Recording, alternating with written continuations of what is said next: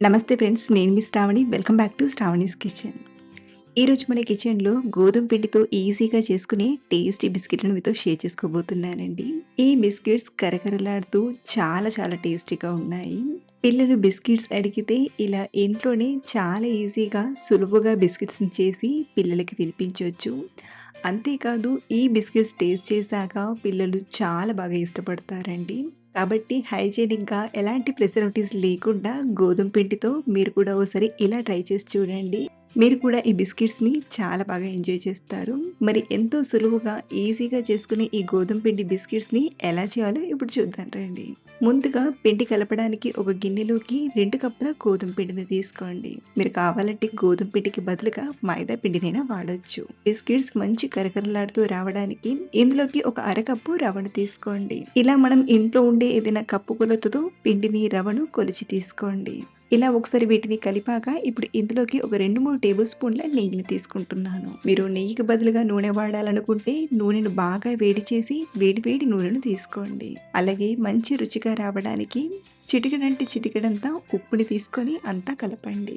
ఇలా కొంచెం రబ్ చేసినట్టుగా చేస్తూ పిండికి నెయ్యిని బాగా పట్టించండి. మనకు మాయిన్ అనేది కరెక్ట్‌గా వచ్చిందంటే బిస్కిట్స్ చాలా క్రంచీగా వస్తాయండి.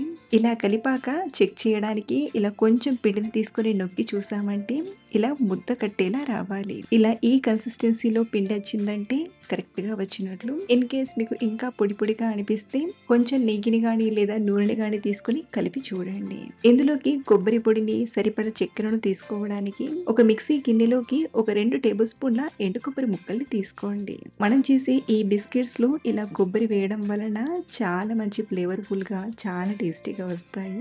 ఒక 3, 4 యాలకులను తీసుకొని ముందుగా ఈ ఎండు కొబ్బరిని మెత్తగా గ్రైండ్ చేయండి. ఇలా ఒకసారి ఎండు కొబ్బరి మెత్తగా నలిగేలా గ్రైండ్ చేశాక ఇందులోనే ఒక 3/4 కప్పు చక్కెరను తీసుకోండి. మీరు చక్కెర పొడి వాడుతున్నట్లయితే 1 కప్పు వరకు చక్కెర పొడిని తీసుకోండి. అలాగే మీరు బెల్లంతో చేయాలనుకుంటే ముందుగానే ఒక 1/4 కప్పు నీళ్ళల్లో బెల్లాన్ని బాగా కరిగించైనా తీసుకోవచ్చు. ఇలా మెత్తగా నలిగాక ఇప్పుడు ఈ చక్కెర, కొబ్బరి పొడిని పిడిలోకి తీసుకుందాం. ఇందులోనే మంచి ఫ్లేవర్ కోసం ఒక టీ స్పూన్ సోంపుని తీసుకోండి. అలాగే ఇందులోనే ఒక 2, 3 టీ స్పూన్ల నువ్వులను కూడా తీసుకోండి. ఇలా తీసుకున్నాక మళ్ళీ అంతా కలిసేలా ఒకసారి బాగా కలిపి సరిపడా నీళ్ళను తీసుకుందాం. ఇందులో మనం చక్కెర వేసి కలుపుతున్నాం కాబట్టి నీళ్ళను మరీ ఎక్కువగా వేయకుండా కొంచెం కొంచెంగా చూస్తూ తీసుకుంటూ సెమీ సాఫ్ట్గా పిండిని కలపండి. నీళ్ళను మీరు ఒకేసారి ఎక్కువగా తీసుకున్నారంటే పిండి చాలా సాఫ్ట్గా అయిపోతుంది. కాబట్టి మళ్ళీ మళ్ళీ చెప్తున్నాను, కొంచెం కొంచెంగా తీసుకుంటూ కలపండి. చూడండి, మనకు పిండి అనేది మరీ మెత్తగా కాకుండా ఇలా సెమీ సాఫ్ట్గా కలపాలి.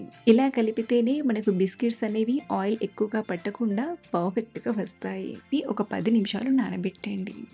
10 నిమిషాల తర్వాత మూత తీసి మరొకసారి బాగా నీట్ చేసుకుందాం. ఇలా మరొక 2 నిమిషాలు బాగా కలిపాక ఇప్పుడు ఈ పిండి ముద్దను డివైడ్ చేసుకుందాం. మీరు కావాలంటే మొత్తం ఒకేసారి తీసుకొని రోల్ చేసైనా కట్ చేయొచ్చు.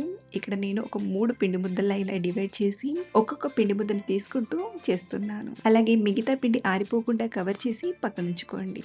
మరీ సన్నగా రోల్ చేయకుండా ఈ వీడియో క్లిప్లో చూపిస్తున్నట్టుగా ఇంత మందంగా రోల్ చేసి తీసుకుంటే సరిపోతుంది. మీరు బిస్కెట్స్ని కొంచెం చిన్న చిన్నగా చేయాలంటే ఇంకాస్త సన్నగా అయినా రోల్ చేయవచ్చు. ఇప్పుడు దీన్ని మనం కొంచెం క్రాస్గా పీసెస్గా కట్ చేసుకుందాం.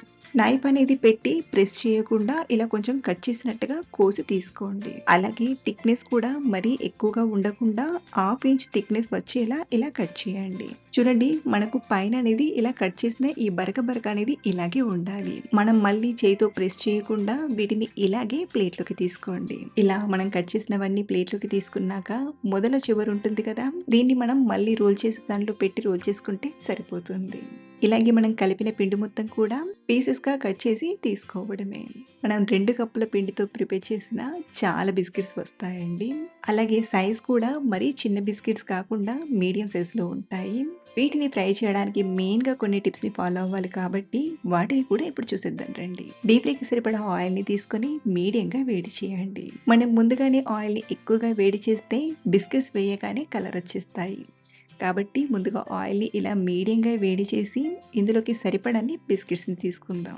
మరి ఎక్కువగా తీసుకున్నా టర్న్ చేయడం వీలు కాదు కాబట్టి ఇలా సరిపడా మాత్రమే బిస్కెట్స్ని తీసుకొని వెంటనే టర్న్ చేయకుండా 1 నిమిషం పాటు ఇలాగే ఫ్రై చేయండి.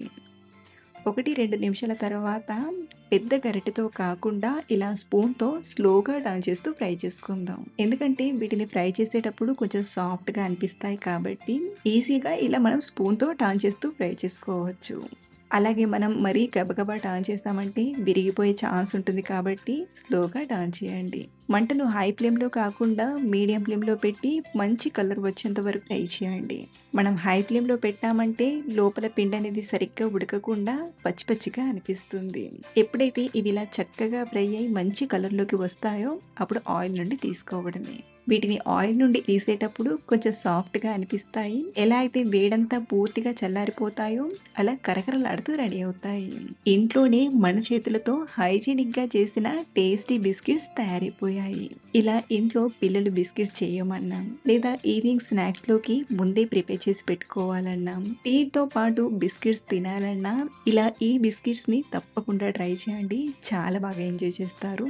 మంచి రుచిగా కరకరలాడుతూ ఆ సోంపు, కొబ్బరి ఫ్లేవర్‌తో కమ్మగా తినేయొచ్చు. అలాగే మీరు ట్రై చేశాక మీకు ఎలా కుదిరాయో మళ్ళీ కింద కామెంట్‌లో నాతో షేర్ చేసుకోవడం మర్చిపోవద్దు. Thank you for watching.